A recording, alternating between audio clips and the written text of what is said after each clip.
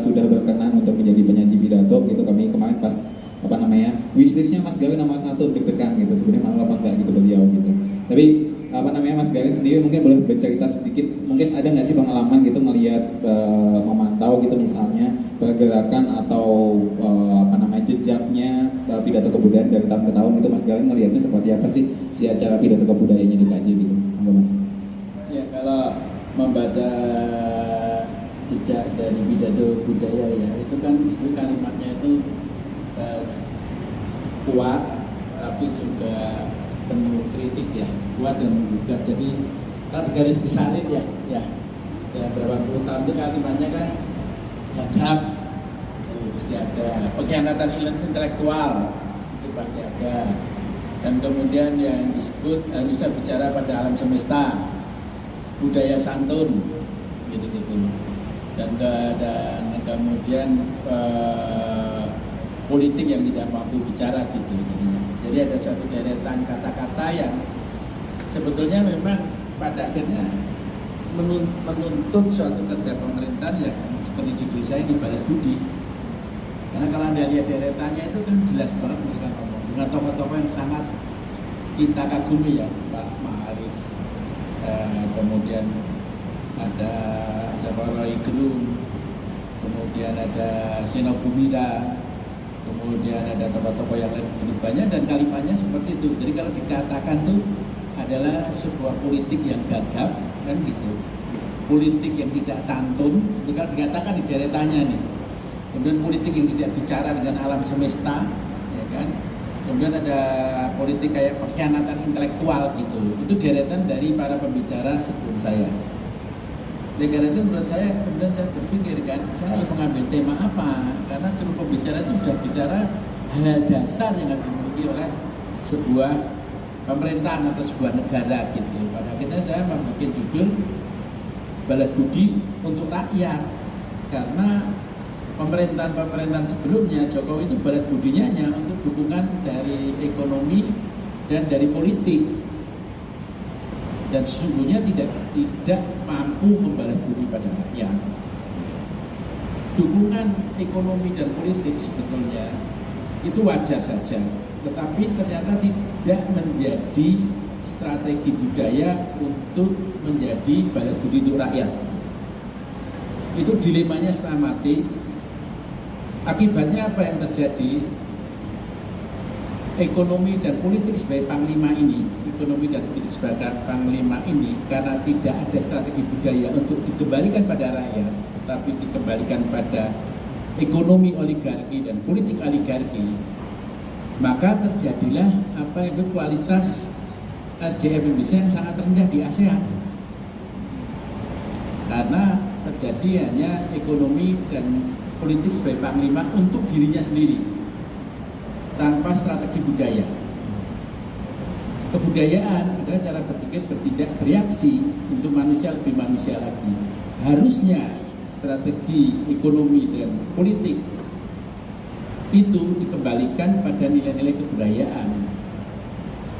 Nah, ini yang tidak terjadi dan tidak mengajak para budayawan. Itu dilema satu ya.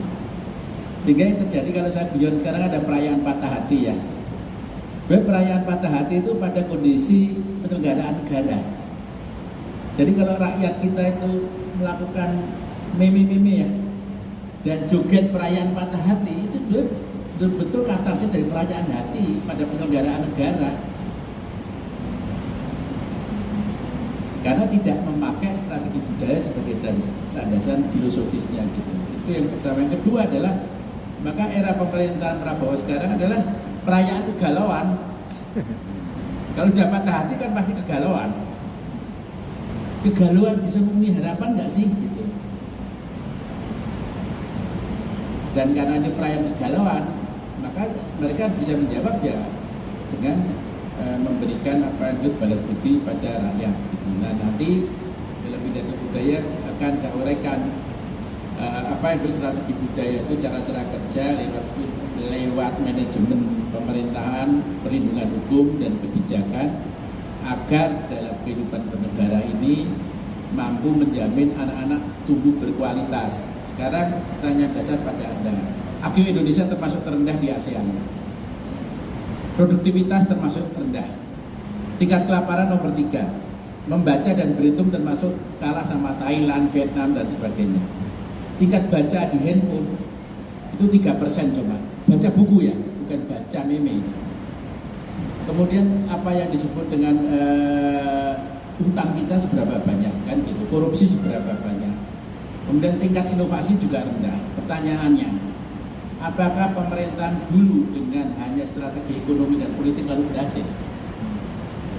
Karena tujuan berbangsa hanya dikembalikan pada apa yang disebut kualitas sumber daya manusia termasuk anak-anak dalam pertumbuhan. Maka kalau saya sebut ini adalah era kegalauan atau kita merayakan kegalauan dengan berbagai macam cara. Orang Indonesia kan macam-macam cara nih, diskusi, meme, joget di mana-mana. Kamu kira joget di mana-mana sebagai kegembiraan? Joget itu adalah katarsis, kegalauan dari suatu masalah. Masa yang banyak di handphone, kegalauan dari masalah. Karena itu pidato budaya ini adalah pidato budaya setelah patah hati di pemerintahan Jokowi gitu. Maka kita pada perayaan kegalauan, dan perayaan kegalauan itu harus dijawab dengan apa yang disebut balik budi lewat apa yang disebut strategi budaya. Itu cara berpikir, bertindak, dan bereaksi dalam berbagai aspek kehidupan. Contohnya lah di industri media baru ya, digital. Bayangkan aja, kita itu kedaulatan digitalnya tidak ada. Data semua kan dibongkar ya dengan mudahnya. Satu, tapi sebagai konsumen luar biasa, nomor 5 di dunia untuk internet. Handphone 2 kali jumlah penduduk. Membaca buku di digital 3%, ya kan? Lalu kemudian pinjol itu sampai hampir berapa ratus triliun ya kan gitu-gitu. Jadi kita selalu, oleh karena itu sebagai hal yang ketiga ingin saya katakan, pemerintahan selama Jokowi tidak mampu memanfaatkan momentum-momentum perubahan bangsa bagi produktivitas bangsa. Dan akibatnya tadi itu, indeks kualitas manusia kita menjadi sangat rendah. Oleh karena itu bagi saya yang diperlukan sekarang adalah manusia unggul. Pak Prabowo mampu nggak melahirkan manusia unggul? Manusia unggul adalah manusia yang di tengah hambatan apapun dia punya imajinasi untuk memframe bangsa ini melebihi dari hambatannya. Imajinasi adalah melewati seluruh hambatan di dalam kondisi apapun, maka akan terwujud nantinya. Saya ngasih contoh pemilu 55 lah. Buta huruf 80%, miskin, tidak ada pendidikan politik, tidak ada komunikasi yang bagus, keamanan tidak tercapai. Kalau zaman sekarang penjawabnya gini nih, ya sudahlah rakyatnya begitu, 51% masih pendidikan SMP, lainnya SD, ngapain maju-maju, nggak mungkin lihat kenyataan dong. Kita menjadi bangsa yang kalah karena tidak ada pemimpin unggul. Zaman pemilu 55, kondisi gitu pemimpinnya tetap kita mau mencari pemimpin yang bagus, melakukan lompatan internasional untuk menjadi bangsa-bangsa yang dikenal dan dihormati internasional. Ini aja kira-kira bahwa di dalam zaman kegalauan ini, pemerintahan dengan apa yang pendekatan ekonomi dan politik yang menjadi panglima tanpa kebudayaan ternyata menghasilkan kualitas manusia yang rendah. Dan kualitas manusia sesungguhnya adalah dasar dari kompetisi kita masa depan, dan pada akhirnya kita tidak bisa memanfaatkan momentum-momentum peradaban yang harusnya menjadi produktivitas, malah menjadi konsumerisme dan hanya dukung-mendukung kekuasaan. Mantap Mas Gawin, ini mau di stop karena kayaknya terlalu banyak di spill nih sebelum nanti pidatonya. Oke, satu lagi mungkin tadi Mas Gawin ngomong soal kita, Bapak Fadlizon, terus nanti juga ada beberapa performance musik, terus kemudian ada pidatonya Mas Gawin, dan di ending juga bakal ada penampilan musik dari Natania Karina yang merupakan kebanggaan Komite Musik DKJ dan juga Hanifah. Jadi kita mulai ngobrol-ngobrolnya mungkin sebelum itu.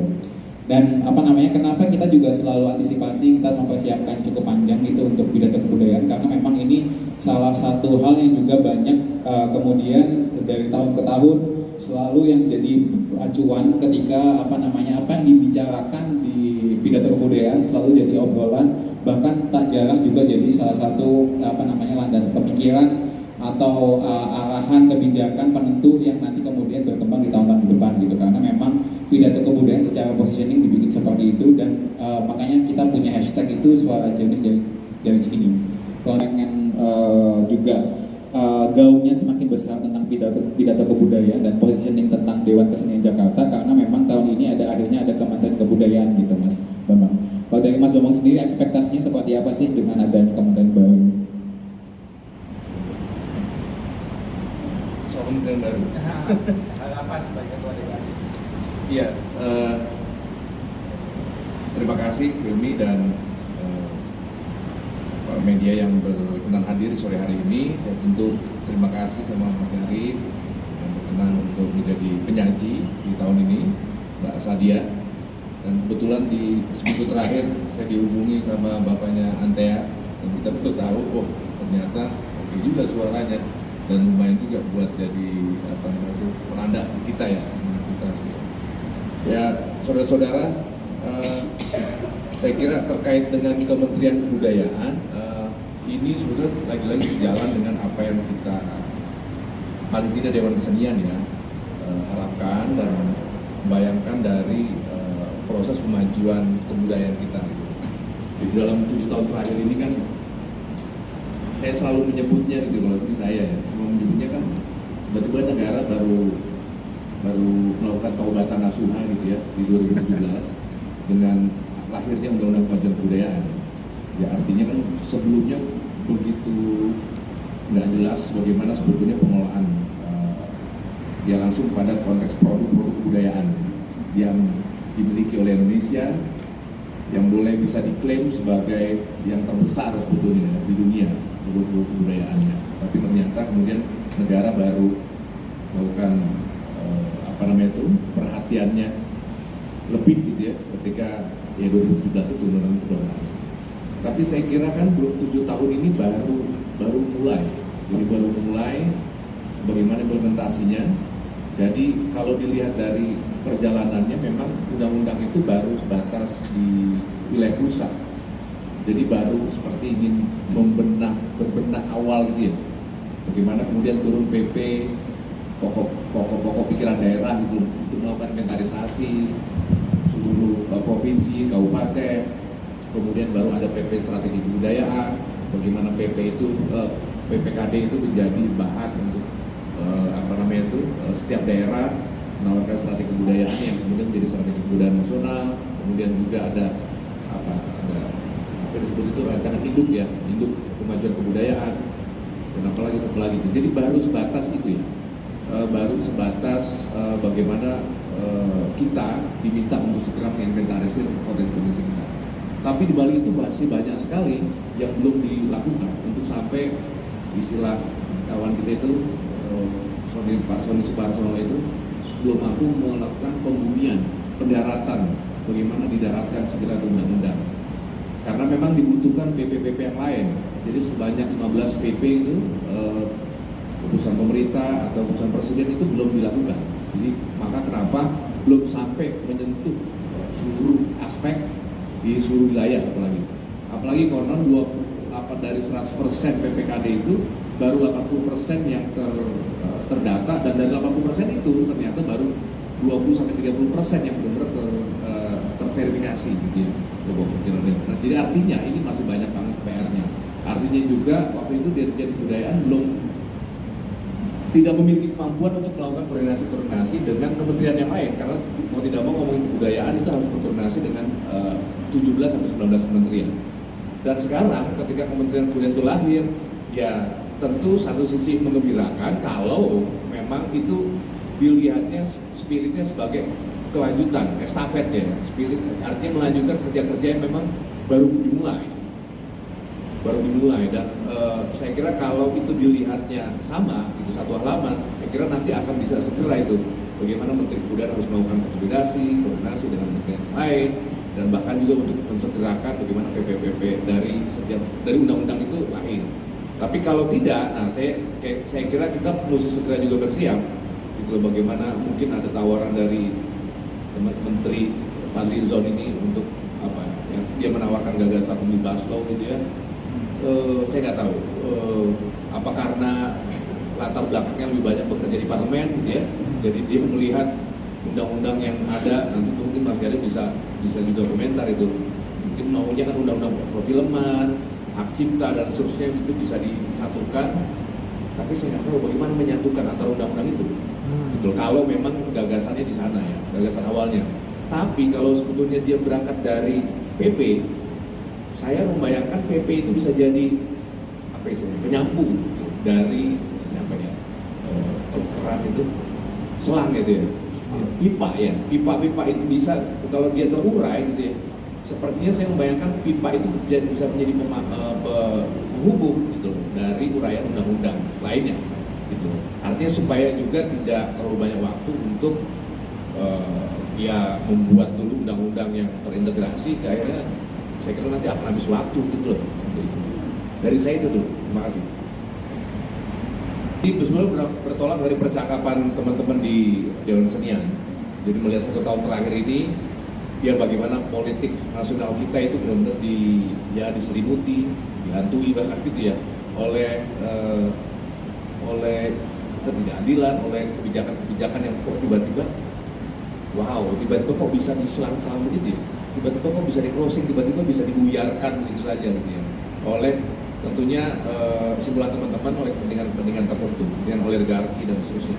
Nah ini yang kemudian kita terus baca, kita terus diskusikan teman-teman, muncullah gimana ya kalau kita tawarkan di pidato kali ini tuh soal etik, soal ya tentu soal demokrasi pada akhirnya, dan tentu bagaimana etika dan demokrasi itu dilihat dalam perspektif seni budaya.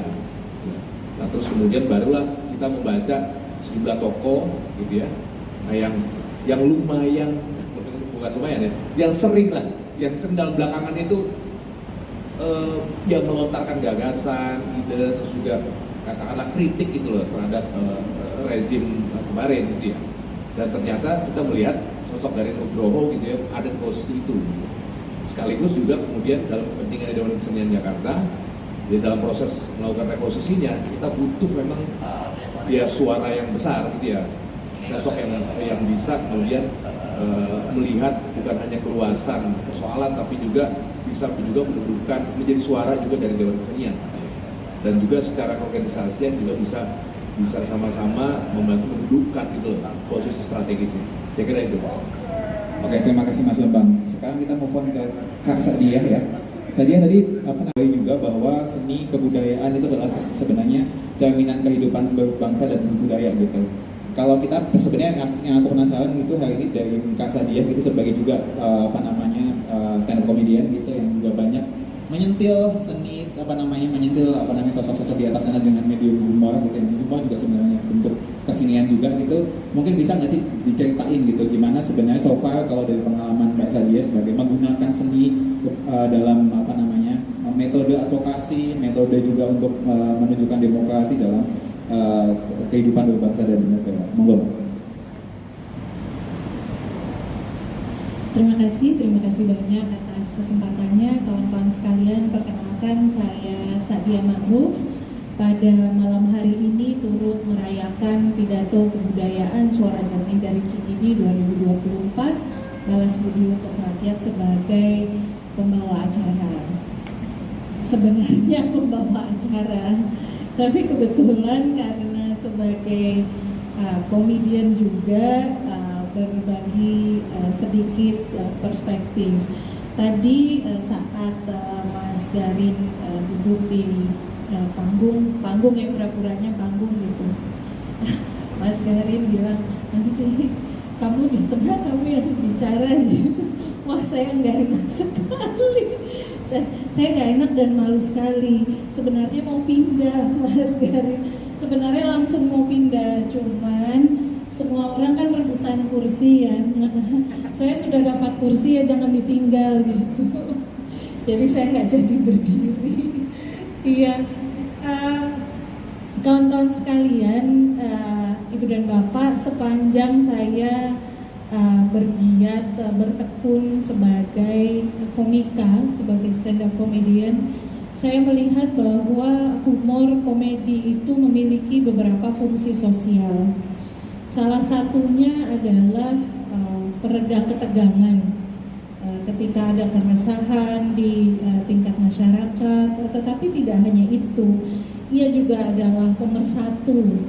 Kadang-kadang kalau kita berbicara soal humor antar etnis sebagainya ya, ia adalah pemersatu karena dia juga bisa meruntuhkan stigma, meruntuhkan stereotip. Lebih dari itu, humor juga adalah, kalau kata Mark Twain itu, weapons of the weak, senjatanya mereka yang lemah, mereka yang terpinggirkan sebagainya. Dalam sejarah kebudayaan di Indonesia, kita melihat bagaimana humor digunakan untuk upaya-upaya tersebut. Saya ingat sekali saat kecil menonton Sri Mulat, ada humor yang tidak bisa saya lupakan sampai sekarang, gimana caranya makan satu telur itu bisa tahan sampai 1 bulan gitu. Tidak perlu saya ceritakan humornya di sini, tetapi itu sebenarnya kritik keras terhadap kemiskinan. Karena tidak mungkin kita berbicara soal 1 telur dimakan sampai 1 bulan kalau kita punya uang untuk beli telur. Bagaimana 1 liter minyak goreng 1 liter minyak goreng kira-kira bisa dipakai dalam 1 tahun gitu ya. Bisa dipakai dalam 1 tahun beberapa. Kita pemilu ini membuat kita lupa pernah krisis minyak goreng belum lama gitu ya. Dan saran dari salah satu politisi, ngapain sih ngemasak pakai minyak terus? Iya, gitu. Jadi humor kemudian mengingatkan kita kepada apa yang dirasakan masyarakat di tingkat paling bawah. Masih ingat dengan warkop tertawalah sebelum tertawa itu dilarang, adalah kritik keras terhadap sensor Orde Baru pada masa itu. Di situasi sekarang, saya pernah ngobrol dengan keluarga, dengan suami saya, bertanya, 1 tahun terakhir ini kita itu kan kecolok baliho kalau bahasa Jawa, kecolok karena nyolok sekali gitu. Jadi kecolok baliho karena nyolok sekali. Kemanapun mata memandang ya, kemanapun mata memandang, sensitivitas kita terhadap masalah sosial itu tertutupi dengan baliho yang luar biasa besar.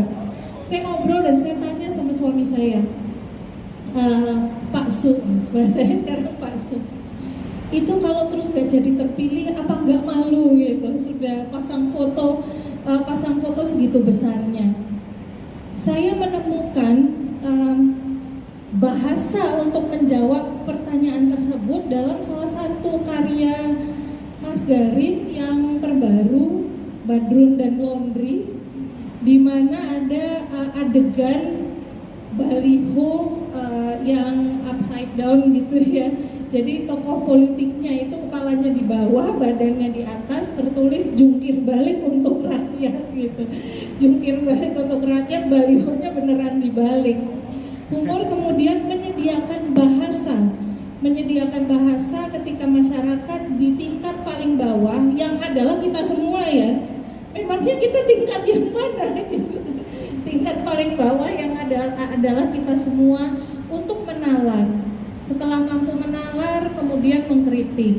Mudah-mudahan tidak menerima begitu saja. Pada akhirnya demikian karya-karya Mas Garin yang selalu syarat satir sepanjang karir beliau memberikan kita begitu banyak bahasa untuk hal-hal yang sulit kita mengerti. Satu lagi dari buat Kak Sadia sebelum kita memandang.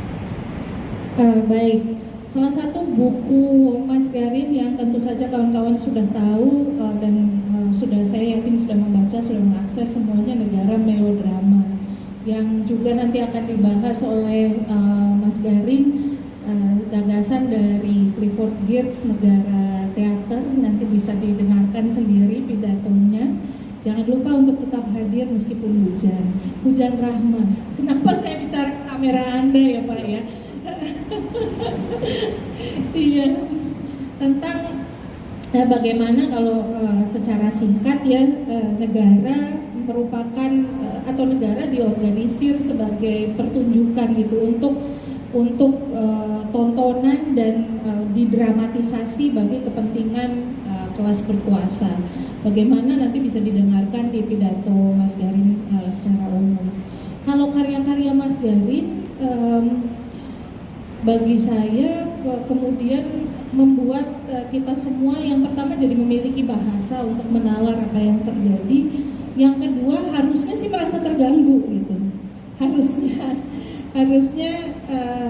merasa terganggu, karena sampai sekarang saya mengalamatkan sakit lambung saya kepada itu film Daun di Atas Bantal.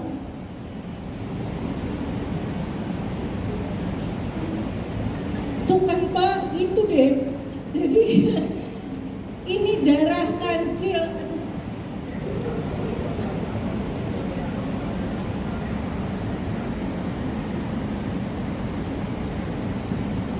Belum dari tahun 90-an ya Pak ya. Ya, sekarang tentang yang nggak bisa dimakamkan juga itu.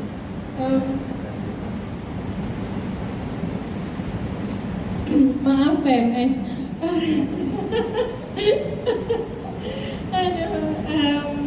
Mendengar suara-suara paling lirih yang kemudian diberikan layar sedemikian besar oleh Mas Garin.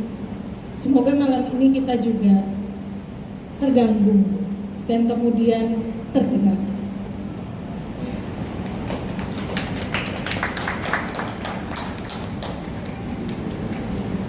Oke, sekarang Mas Garin siap dan ini kita digerakkan sama. Terima kasih Mas Giring Ganesha, Wakil Menteri Kebudayaan Republik Indonesia, Bapak Teguh Rifki Harsha, Menteri Ekonomi Kreatif, Ibu Widianti Putri Wardana, Menteri Pariwisata, Dr. Muhammad Amin, MSN, MA, Direktur Industri Kreatif Musik Film dan Animasi Kementerian Pariwisata, Bapak Fahrul Rozi, MA, PLT Direktur Jenderal Pembinaan Pengawasan Ketenagakerjaan, Keselamatan dan Kesehatan Kerja, Bapak Restu Gunawan, Direktur Pembinaan Tenaga dan Lembaga Kebudayaan Kementerian Kebudayaan, Bapak Ahmad Mahendra, Direktur Perfilman Musik dan Media Kementerian Kebudayaan Republik Indonesia, Pak Wisnu Suryanugraha, Badan Perencanaan Pembangunan Daerah, Kepala Subbidang Perhubungan Pariwisata dan Ekonomi Kreatif, Saudara Dr. Teguh Setiabudi MPD, Pejabat Gubernur DKI Jakarta, Pak Garin Nugroho, pegiat film, sutradara, dan juga budayawan, Pengurus Dewan Kesenian Jakarta, Pak Arfan Adi Perdana, Coordination for Film Festival in Indonesia, Ajis Dibyo, Jogja Netpack Asian Film Festival, Executive Director Jogja Netpack Asian Film Festival, Agni Aryatama, Indonesian Cinematographer Society, Presiden ICS. Assalamualaikum warahmatullahi wabarakatuh. Shalom, Om Swastiastu, Namo Buddhaya, Rahayu. Sebagai Menteri Kebudayaan Republik Indonesia, saya mengaturkan terima kasih kepada pengurus Dewan Kesenian Jakarta yang telah mengundang saya untuk memberikan sambutan dalam agenda pidato kebudayaan tahun 2024 ini. Saya merasa terhormat dapat berbicara di hadapan para seniman, budayawan, akademisi, tokoh-tokoh publik yang hadir malam hari ini di Geraha Bakti Budaya Taman Ismail Marzuki. Pidato kebudayaan Dewan Kesenian Jakarta merupakan momen penting, salah satu agenda kebudayaan yang ditunggu-tunggu publik. Agenda ini sudah menjadi tradisi Dewan Kesenian Jakarta sejak 35 tahun lalu dan telah diisi para pemikir, tokoh bangsa, dan maisenas kebudayaan Indonesia. Mulai dari Umar Khayyam, Asrul Sani, Syafi'i Ma'arif, Nurholis Majid, Karlina Supeli, Melani Budianta, dan juga malam ini kita akan mendengarkan pikiran Mas Garin Nugroho yang saya sudah kenal sejak lebih dari 35 tahun yang lalu. Para hadirin yang saya hormati, mengawali sambutan ini, saya ingin mengutip pidato kebudayaan pertama yang dibawakan oleh Umar Khayyam pada 18 Agustus 1989 dengan judul Pembebasan budaya kita. Pidato Umar Khayyam ini saya kira sangat relevan dengan semangat pembentukan Kementerian Kebudayaan pada era pemerintahan Bapak Presiden Prabowo Subianto. Sebuah kementerian yang secara khusus berdiri sendiri akan mengurus sektor kebudayaan secara menyeluruh. Kementerian yang untuk kali pertama kita miliki dalam sejarah Indonesia. Dalam pidatonya, Umar Khayyam berkata, usaha kita sekarang ialah bagaimana kita dapat mendukung generasi muda dari belakang, mengadakan terobosan lebih banyak lagi terhadap kendala-kendala dan belenggu-belenggu yang mencegah dan mengurung budaya-budaya kita menjadi budaya yang penuh dengan vitalitas, penuh percaya diri terhadap masa depan, penuh percaya diri terhadap kebudayaannya sendiri, sehingga berani mengambil sikap terbuka terhadap kultur lain dan ilmu pengetahuan. Di depan banyak lahan-lahan yang mesti kita garap dan terobos bersama dengan semangat gotong royong dalam arti kata yang sesungguhnya. Apa yang dikatakan Umar Khayyam 35 tahun lalu tentang vitalitas dan semangat gotong royong kebudayaan akan menjadi fokus perhatian dan komitmen kita bersama ke depan dalam memaksimalkan tugas dan fungsi Kementerian Kebudayaan. Kementerian ini akan menjadi rumah besar atau rumah bersama bagi kita untuk menghimpun, memikirkan, merekonstruksi, dan melakukan diplomasi kebudayaan yang dimiliki bangsa Indonesia sebagai penanda bahwa kita adalah bangsa yang besar, bahwa kita adalah bangsa yang kaya dengan kebudayaan, dan kebinekaan kita dari Sabang sampai Merauke merupakan kekuatan kita. Kita semua tahu sejak berabad-abad lalu sampai hari ini, milestone kebudayaan terus ditancapkan oleh para empu, para pemikir, dan para pendahulu dengan tangan-tangan terampil yang memberi penanda bahwa Indonesia dibangun dengan landasan kebudayaan. Kita telah diwariskan kekayaan tangible and intangible cultural heritage. Dari hari ke hari, kita juga terus menerima pewarisan kekayaan kebudayaan itu. Harus diakui bahwa milestone kebudayaan yang kita bangun hari ini berangkat dari milestone yang sudah ditancapkan, dicanangkan oleh para pendahulu kita, oleh para leluhur kita. Borobudur misalnya, ketika candi tersebut dibangun, diperkirakan pada abad ke-8 sebagai tempat suci memuliakan Buddha. Hari ini kita masih berupaya menggalinya dalam bentuk lain. Tak hanya dalam perspektif tangible, tapi juga intangible. Misalnya, seperti yang dilakukan Profesor Dr. Edi Sediawati, Guru Besar Arkeologi Universitas Indonesia, yang juga pernah menjadi pengurus Dewan Kesenian Jakarta. Dia melihat panel relief Borobudur dari perspektif tari dan mengeksplorasinya dalam bentuk lain. Hari ini para seniman bahkan merekonstruksi kekayaan Borobudur dalam bentuk karya seni rupa, teater, dan sastra. Hadirin yang saya hormati, saya sebagai Menteri Kebudayaan Republik Indonesia beberapa kali mengatakan bahwa kita bisa menjadi ibu kota kebudayaan dunia karena kekayaan yang luar biasa dari Sabang sampai Merauke. Kita juga merupakan peradaban yang tertua di Asia bahkan di dunia dengan temuan-temuan yang begitu beragam yang usianya diperkirakan sampai puluhan ribu tahun, bahkan 52.000 tahun. Ekspresi-ekspresi budaya itu sudah ada di gua-gua purba dengan lukisan-lukisan purba yang tidak ada bandingannya, lebih tua dari lukisan-lukisan purba yang ada di negara-negara lain. Para hadirin yang saya hormati, pewarisan kekayaan dan pengetahuan Borobudur dan juga candi-candi yang lain hanyalah salah satu contoh dari sekian banyak kekayaan kebudayaan Indonesia. Saya yakin kita tidak akan pernah kekurangan melakukan terus eksplorasi dari kekayaan budaya kita itu.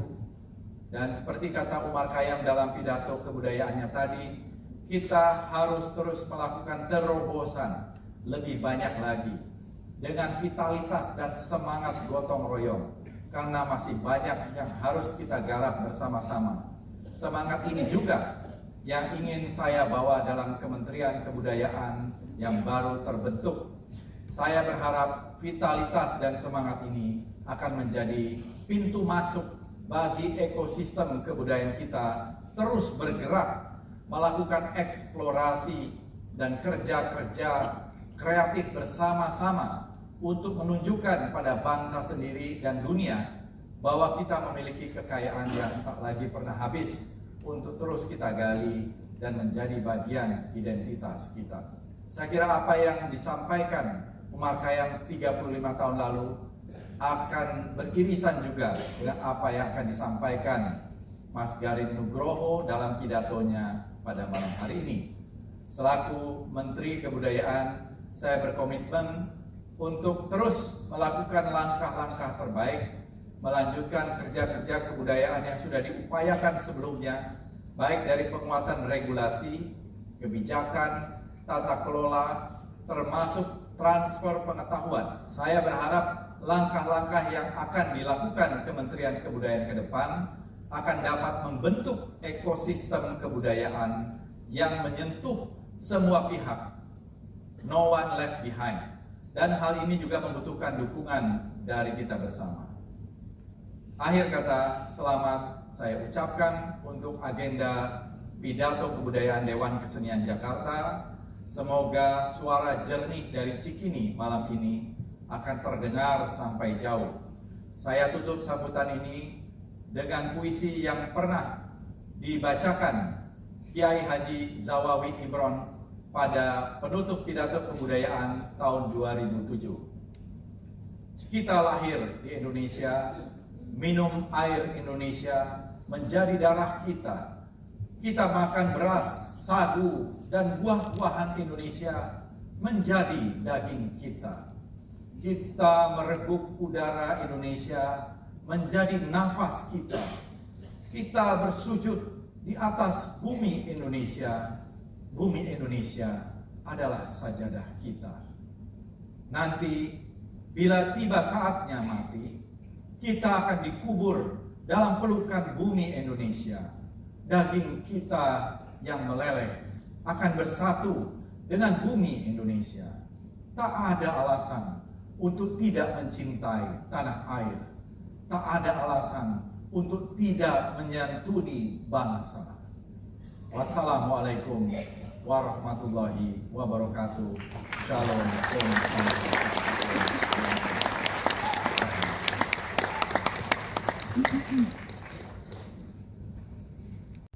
Salam Merdesa, adil, makmur, beradab.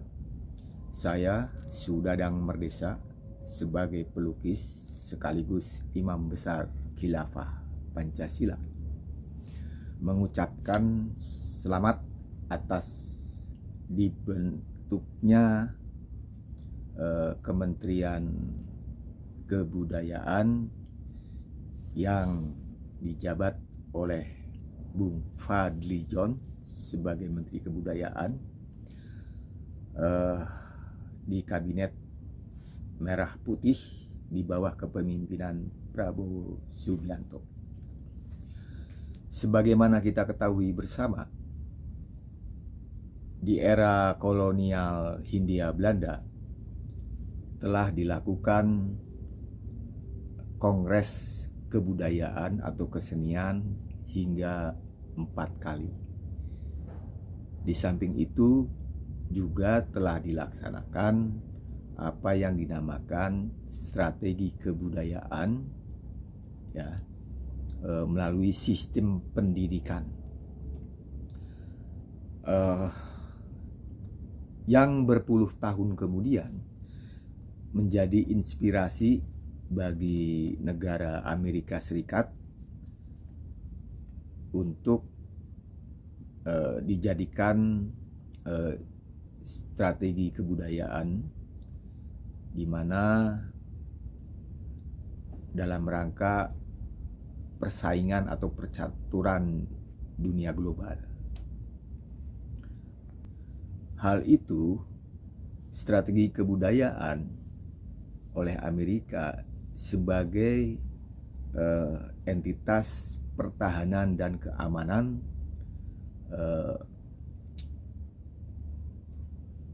negara Amerika Serikat dalam persaingan politik dan ekonomi, yang kemudian diikuti oleh satelit-satelitnya, yaitu Jepang, Korea Selatan, dan bahkan berikutnya adalah Republik Rakyat China.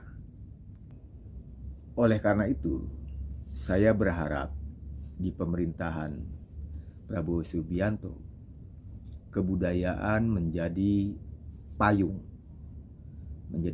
dalam kehidupan berbangsa dan bernegara melalui apa yang dinamakan strategi kebudayaan, seperti yang dilakukan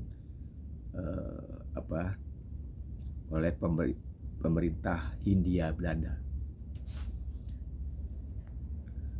Sebagaimana kita ketahui bersama pula bahwa Pancasila adalah saripati peradaban bangsa-bangsa Nusantara.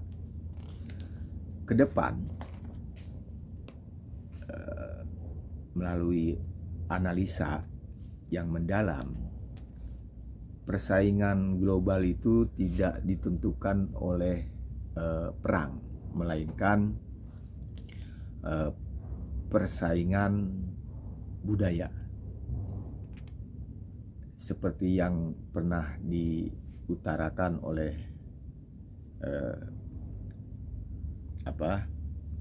filsuf Alvin Toffler, bahwa batas-batas negara akan menghilang, ya. Kemudian dalam bersamaan akan tumbuh identitas budaya dari berbagai bangsa-bangsa di dunia. Nah, oleh karena itu saatnya kita berpikir global, bertindak bangsa-bangsa Nusantara.